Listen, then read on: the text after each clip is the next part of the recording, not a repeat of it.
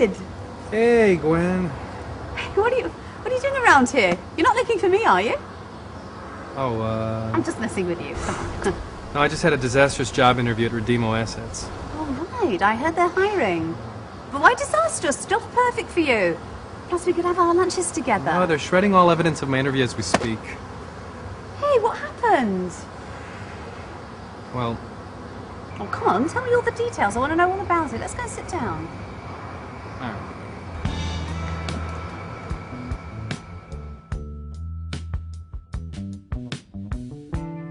Okay, so I went in, took my seat,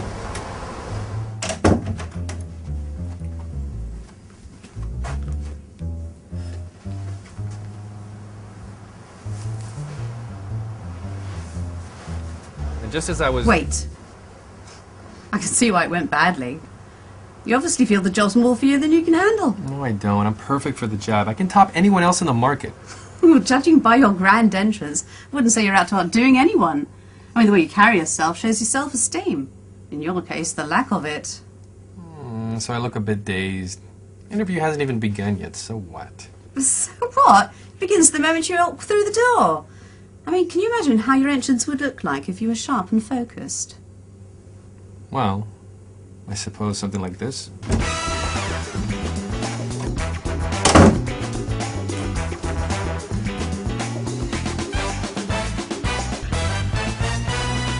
Now, isn't that much better? This is the very first stage of the famous first impression. He doesn't know you yet, but at least he's not facing a man that feels justifiably or unjustifiably too humble or modest. So the first impression is pretty crucial to the outcome of the interview? Yeah, exactly. It's determined within the very first 30 seconds of the interview and can't be very easily undone, you know. So this sense of self that you carry with you into the interview room may very well determine its final outcome. If you go into the interview room feeling all worried and apprehensive, you'll come across as stressed and nervous. But on the other hand, if you go in ready to face the challenge of an interview and know that you'll do just fine, you'll come across as communicative, confident and at ease. I see what you mean. Great. Well then, let's move on. So, David, tell me a little bit about you. Well, I'm 31 years old. I'm single. I come from a small town. I have as you can see, I have a business degree.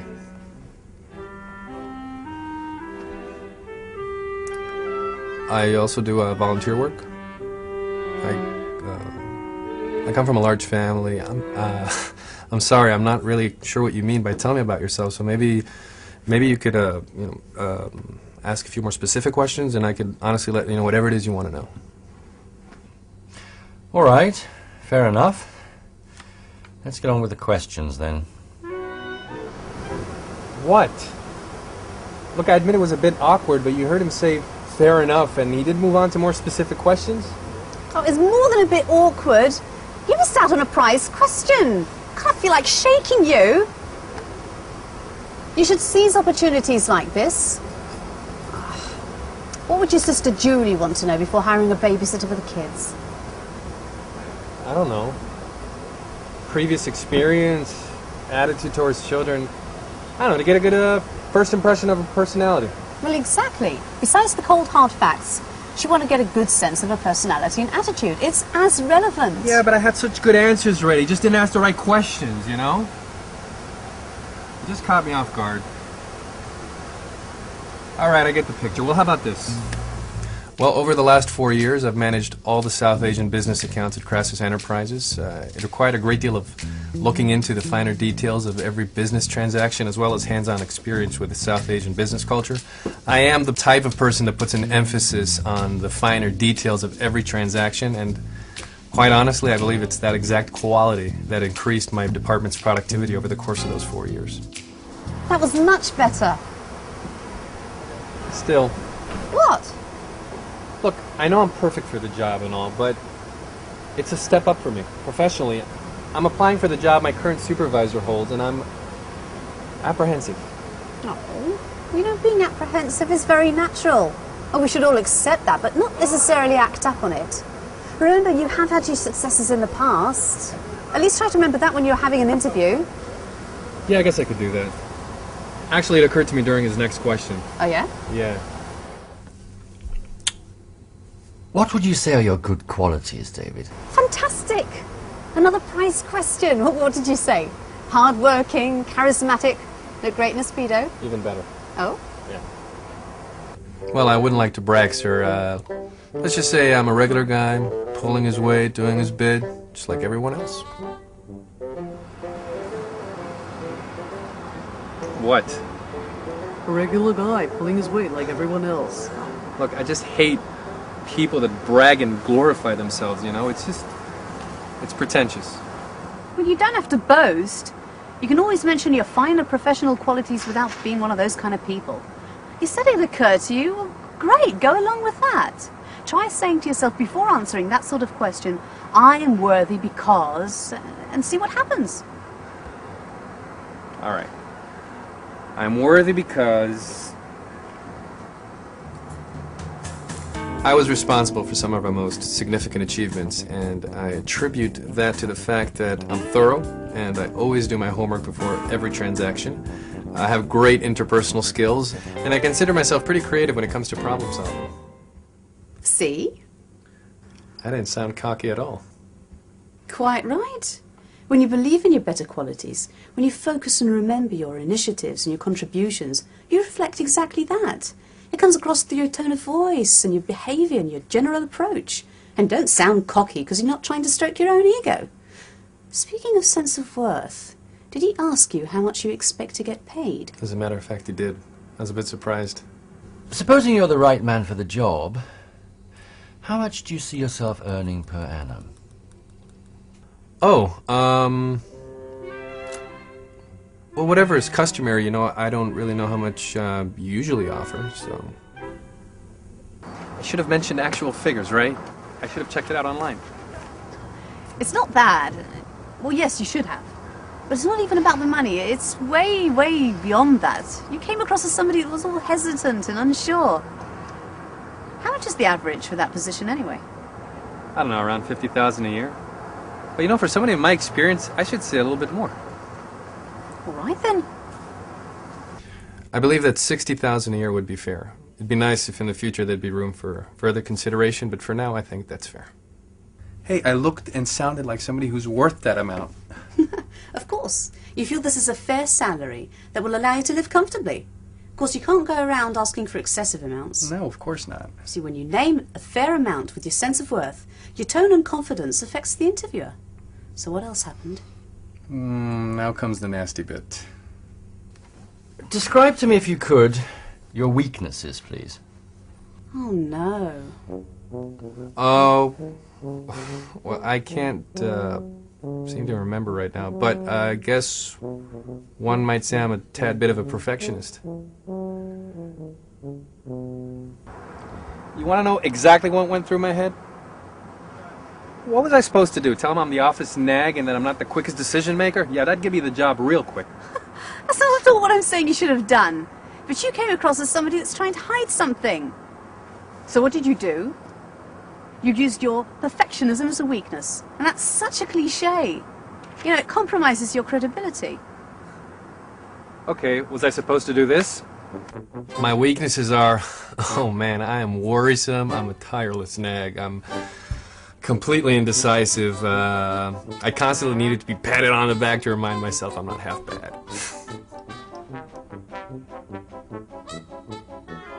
Lord, no, that was honest, yeah, but harmful. How about this? Well, sometimes I might ask a lot of questions before a new project, you know, and maybe come out as a bit of a nag, but that's only because I want to make sure I understand everything completely beforehand. You know, it subsides once I'm sure I have all the facts straight. See the difference? When you're aware of your own value and you're confident professionally, you're not afraid to tell anybody about a real weakness. You don't need to hide, but you certainly don't need to expose yourself to him in order for him to like you. Simply state a fact of life, showing that you're aware of your weaker points but strive to improve them. Yeah, that does make sense. Did he ask you to describe a failure or a professional mishap? No? Well, when I applied for my job, my interviewer did. It's a common enough question. Yeah, but that's just offensive, you know? It's so obvious he wanted to fail you, you know? I would have told him I can't remember. Oh, really? You'd been wrong to do so, you know. Oh, yeah? What did you say? You want to know what I said? Yeah. Hang on, I'll think about it just a second. Oh yeah, I remember. I can recall an instance when I was too harsh on an employee. She'd made a real blunder, and I overreacted. Things weren't the same between us for quite a while, and it did harm our working relationship. You know, she was actually a pretty good employee, and in retrospect, I realized I was too hard on her. But we worked things out in the end, and I did handle similar situations differently since then. Wow, you came out even better than you would have otherwise. Somehow, you came out even more powerful by talking about a mishandling of the situation. It rocks. Thank you. Yeah. Well, I agree. You see, the impression that my interviewer got of me was that I was a woman who was A, confident, B, able to admit fault and correct it, and C, trustworthy. Trustworthy, huh? Indeed. Gotcha. No one is above making mistakes. And those that try to pass themselves off as error-free, it just doesn't inspire trust. You know, there's no reason in the world why he should want to ambush you. And most likely he's not a bad guy. So why not trust his ability to form a positive opinion in you, even though you admit you made a mistake in the past? I mean, that's what I did.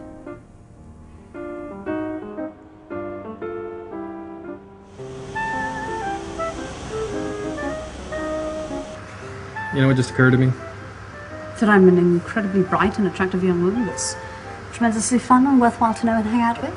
No. I mean, yeah, that too. But what you said about the interviewer not being such a bad guy. Well, not inherently so. Why? Because I think I might have been a tad over judgmental with him. Oh, yeah? How so?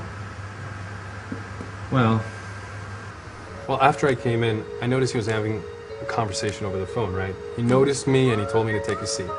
Then he just kept on talking for about, I don't know, maybe 10 minutes until finally he finished. Okay. Then he just started the interview without so much as an excuse So, or an David, apology. tell I me a mean, little bit about you. I was a bit upset, you know?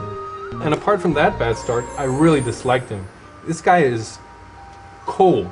He's distant. And he gave me the impression that he already knew all there is to know about me, you know? But now? You know, now I think that perhaps he wasn't such a bad guy after all. You know, who had it in for me? I mean, why would he? Precisely. It's just a man doing his job, same as you.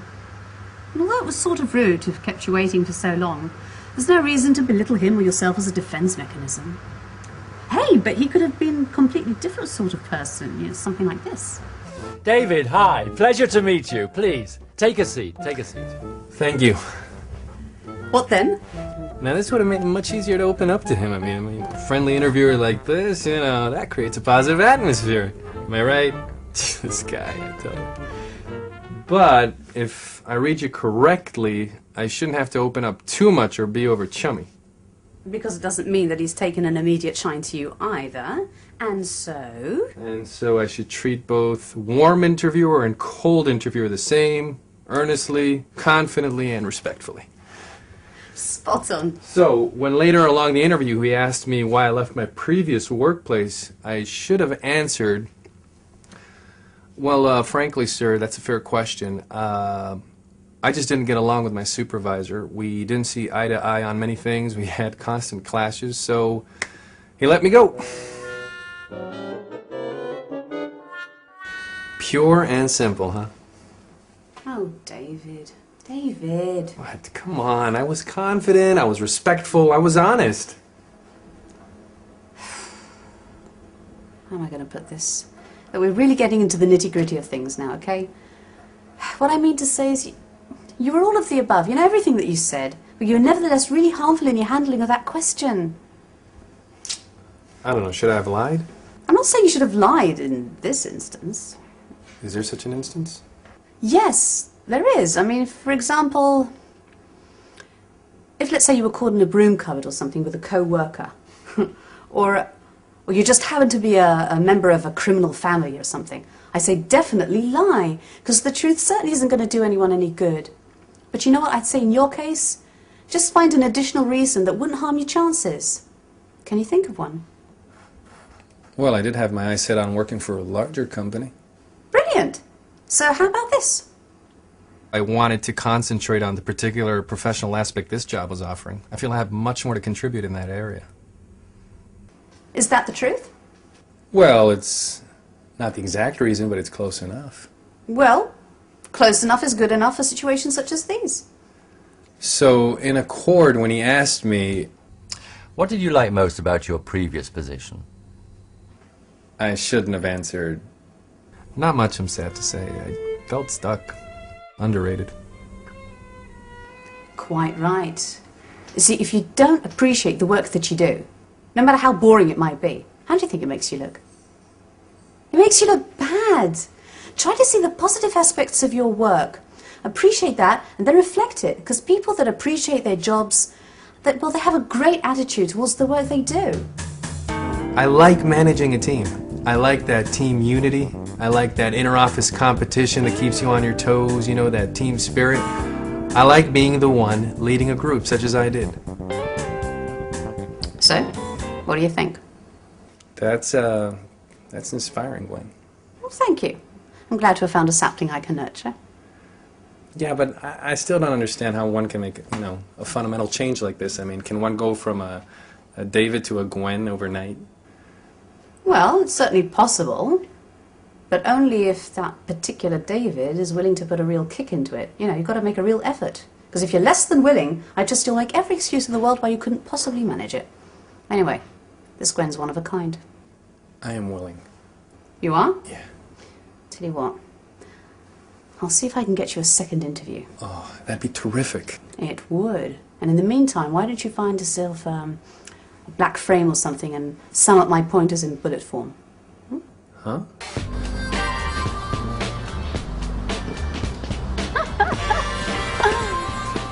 Well, they made me head of the company with $200,000 a year. Are you having me on? Yes, I am. But it went really great. And I'm going to be hearing from them real soon. That's fantastic. Yeah, and by the way, I don't really think I, thanked you properly. Well, a dinner out should do the trick.